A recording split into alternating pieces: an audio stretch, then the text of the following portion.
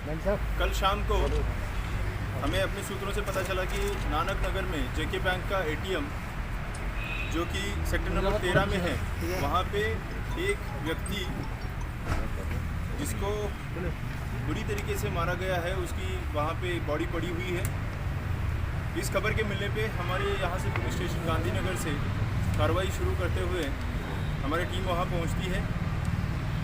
वहाँ पे ये पाया गया कि जो एटीएम के गार्ड है, जिनका नाम राजू शर्मा सन ऑफ गोलूराम शर्मा, उम्र तकरीबन 36 साल, न्यू प्लॉट प्रेमनगर के रहने वाले, उनकी बॉडी वहाँ पे मर्डर्ड स्टेज में पाई गई। इसके ऊपर case FIR number 16/2021 under section 302 और 4/25 आर्म्स एक्ट के तहत दर्ज करके पुलिस स्टेशन ने कार्रवाई शुरू की।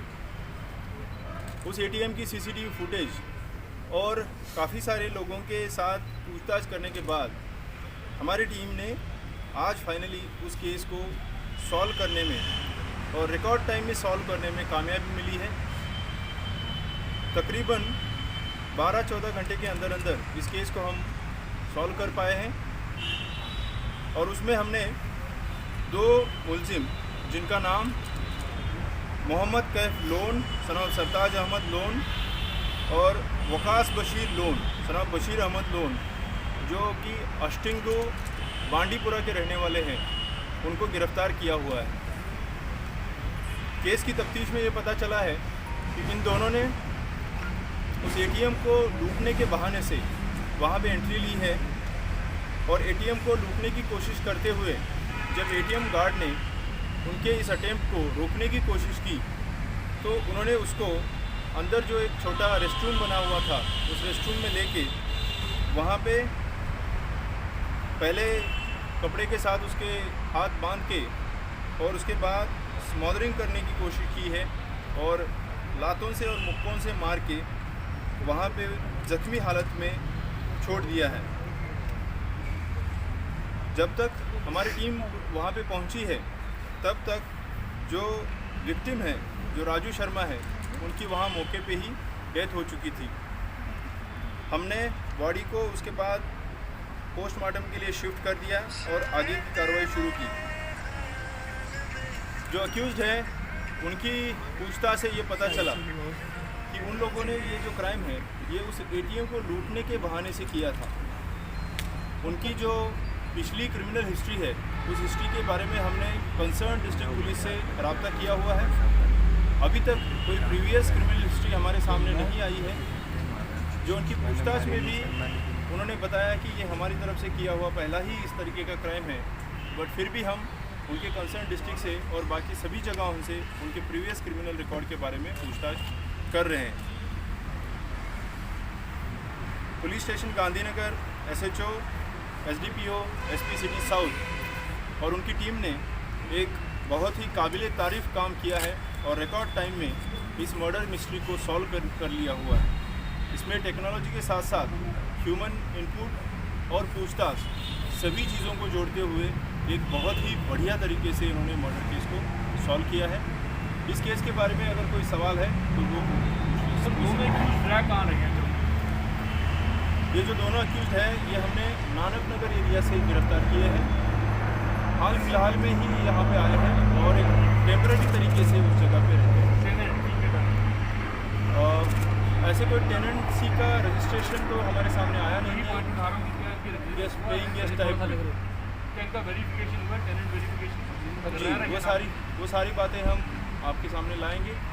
अभी हमें सिर्फ कोई 3-4 घंटे मिले हैं पूछताछ के, उसमें इतनी बातें हमारे सामने आ गई। किट कहाँ से ली, कुछ उन्होंने बताया? वेपन जो है और आपका जो है, जहाँ तक वेपन ऑफ ऑफेंस की बात है, जो पोस्टमार्टम है, पोस्टमार्टम में और बाकी सारी चीज़ों को देखते हुए ये लगता है कि किसी कंबल जैसे इससे उसको लपेट के स्मॉदरिंग की पहले कोशिश की है और उसके बाद शूज से, लातों से और उससे हाथ से ही ज़्यादा उसी के निशान मिले। कोई शार्प एज कट या उस तरीके के वेपन के बारे में अभी कोई ऐसा सामने नहीं है। स्ट्रैंगुलेशन टाइप का रहेगी कि जहाँ जहाँ पे भी कोई भी क्रिमिनल किसी भी तरीके का क्राइम करने की कोशिश करेगा, हमारी कोशिश रहेगी सबसे पहले कि इस तरीके के वारदातों को रोका जाए, प्रिवेंट किया जाए।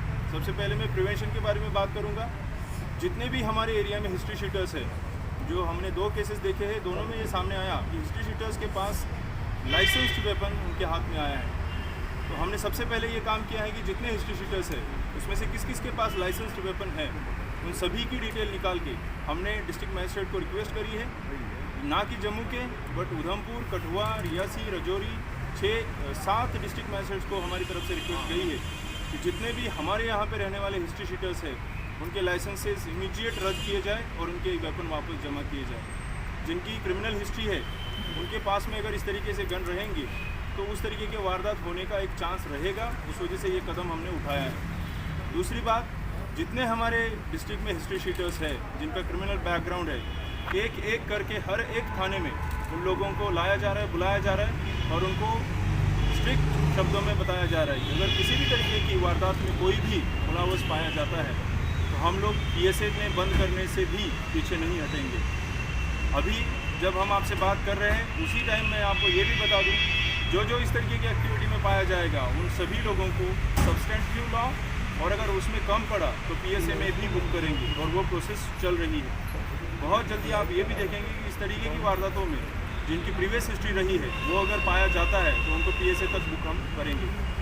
जहाँ तक रही इंसिडेंट की बात, सबसे पहला और सबसे प्राइमरी हमारा फोकस ये रहता है कि उस इंसिडेंट को सॉल्व किया जाए, उस केस को सॉल्व किया जाए और जितने लोग उसमें अक्यूज़ हैं उन लोगों को कानून के ज़रिए से, अदालत के ज़रिए से मैक्सिमम पनिशमेंट देने की कोशिश की जाए।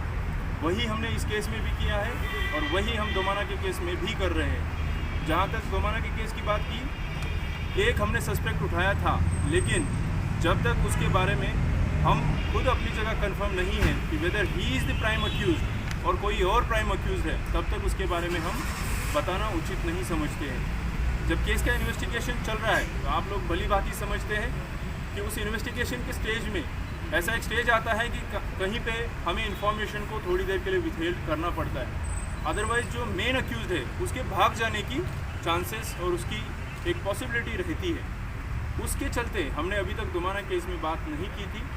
मेन जो प्राइमरी अक्यूज़ड है उसको आज हमने पकड़ लिया हुआ है और वो केस भी हमने सॉल्व कर दिया है।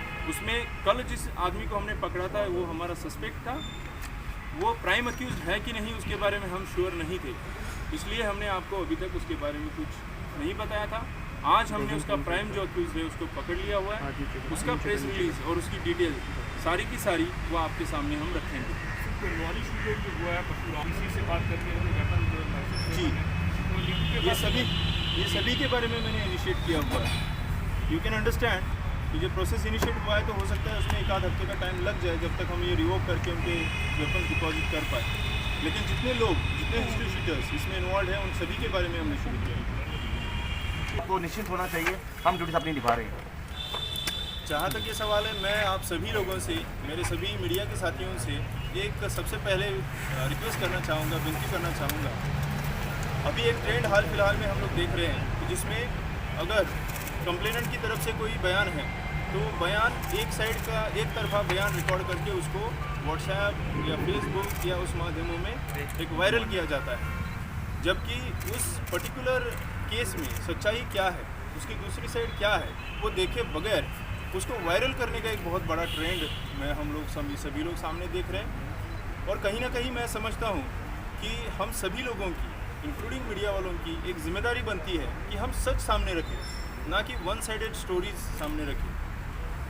जहाँ तक आपने वो बात कही, वही कहीं ना कहीं मुझे लगता है कि लोगों को दूसरी साइड अभी पता चलने में दिक्कतें आ रही है। इसीलिए हम बार बार अब हमने अपनी स्ट्रैटेजी में ये डिसाइड किया है कि हम लोग आपके सामने आएंगे, जो सच्चाई है वो मीडिया के और लोगों के सामने रखेंगे और साथ ही साथ लोगों को ये बताएंगे कि इसमें सच्चाई क्या है। इंसिडेंट हाल फिलहाल में 1-2 इंसिडेंट यहाँ पे जम्मू में हुए हैं, जैसे कि अभी हमने ये बात की उस इंसिडेंट की है, या जैसे ये मर्डर हुआ इस इंसिडेंट की है। अगर हम ईयर टू ईयर कंपैरिजन करें तो पिछले साल में जितने मर्डर्स जम्मू डिस्ट्रिक्ट में होते थे उसमें से कुछ कम ही हुए, ज़्यादा कोई नहीं हुआ। या अगर कोई और इंसिडेंट की बात करें, अगर चोरी की हम बात करते हैं तो चोरी के incidents year on year comparison अगर करते हैं, कोविड लॉकडाउन रहा वो भी